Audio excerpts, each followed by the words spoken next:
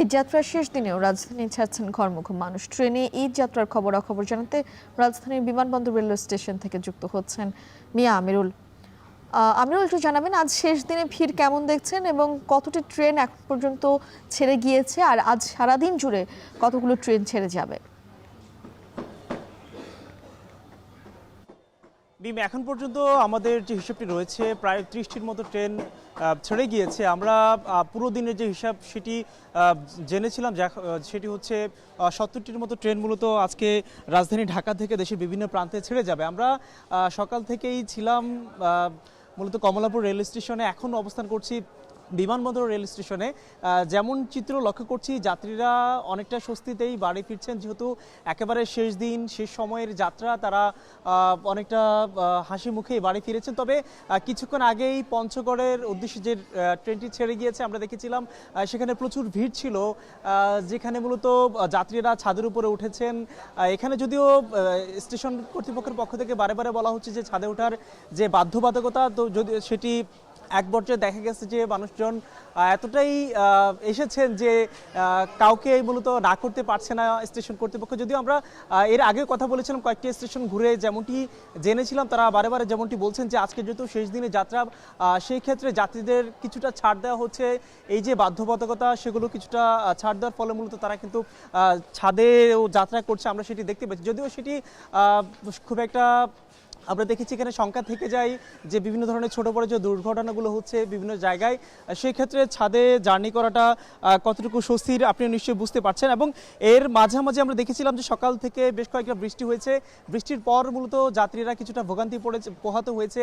এখন অবশ্য বৃষ্টি নেই, যাত্রীরা অনেকটা স্বস্তিতে রয়েছেন এবং ট্রেন একটার পর একটা আসছে। মূল হিসাব যদি বলি, প্রায় 15 থেকে 20 মিনিটের যে একটি হিসেব কিংবা অপেক্ষা, সেই সময় মূলত অপেক্ষার পরে মূলত ট্রেনে যাত্রা করতে পারছেন যাত্রীরা। আমরা এখন যেখানে রয়েছি এখানে কয়েকটি ট্রেন ছেড়ে গিয়েছে।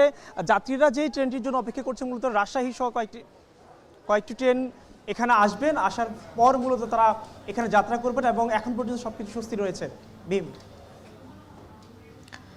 মিয়া আমিরুল যুক্ত হয়েছিলেন বিমানবন্দর রেলওয়ে স্টেশন থেকে। দেশের দক্ষিণাঞ্চলের মানুষের ঘরে ফেরার খবর জানাতে সদরঘাট লঞ্চ টার্মিনাল থেকে যুক্ত হচ্ছেন আসিফ ইকবাল খান। সরাসরি যুক্ত হচ্ছে তার সঙ্গে। আসিফ, এখন কোন কোন গন্তব্যে ছেড়ে যাচ্ছে লঞ্চ, যাত্রী চাপ কেমন দেখছেন?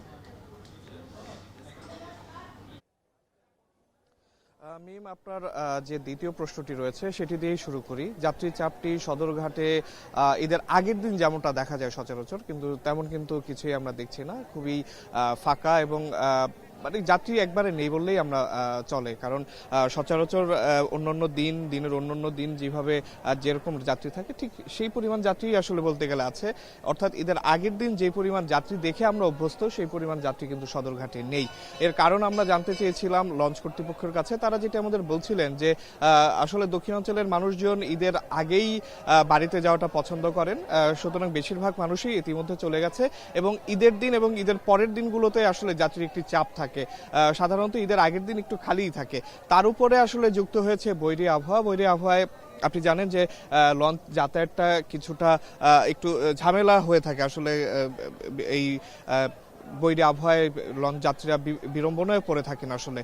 সেই কারণে অনেকেই আসলে এই ঈদের এই টাইমটায় আসলে এই বৈরী আবহাওয়ায় যেতে চাচ্ছেন না। এবং তবে লঞ্চ কর্তৃপক্ষ যেটি বলছেন যে যেহেতু এখন একটু দিনের আলো ফুটেছে, আবহাওয়াটাও একটু ভালো হয়েছে, হয়তো বিকেল নাগাদ যাত্রী কিছুটা বাড়তে পারে। তো এই ছিল আমার কাছে সর্বশেষ। মিম।